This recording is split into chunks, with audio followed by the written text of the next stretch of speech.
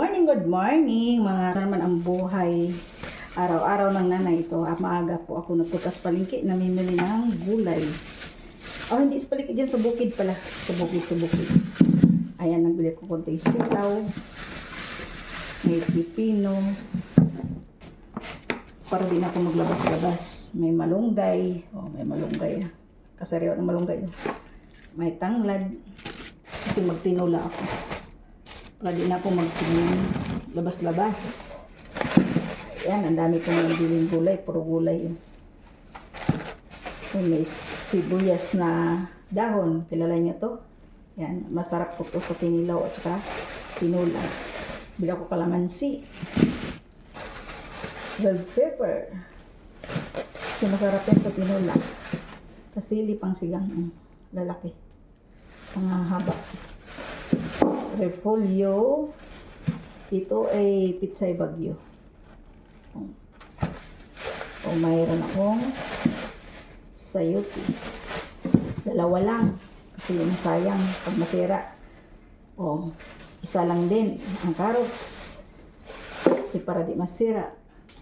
Nagbili ako ng maraming sibuyas. Ayan. 1 kilo higit na sibuyas. Ganito lang ang gusto ko sa sibuyas. Ganito kalakihan. Tama lang siya. Isang gamitan. Isang gamitan. Kaya may lagayan ako dito. Bubuhos ko na lang sa akin lagayan. And para isahang gamit, isahang kuha. And sibuyas. Yan ang gaganda ng sibuyas nila. Diba? Puno. Stock.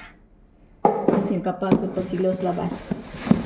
Para pag gusto mong gumamit, may magamit. May kamatis. Ganda ng kamatis. Ayan. Kasi bili din ako ng luya. Lalaki lang ng luya. Yan. Sa kamay, meron pa akong ampalaya. Kasasariwa. Galing yan sa bukid. Meron din akong talong. May okra. Kompleto, karikado. Ayan. Ito ang pinamalingki ko. Yung kalamansi ko. Ang daming kalamansi. Kompleto. Ganito po ang buhay ng nanay araw-araw sa kusina. Nagre-ready lagi ng pagkain. Namili ko. Yan, ang dami. May saging pa ako. Puro gulay yan, puro gulay. I-stack lang sa ref. Tapos magtinula ako ngayon. May malunggay, may sibuyas dahon kasi magtinula ako. Yan, ang dami kong sibuyas, Daming gulay.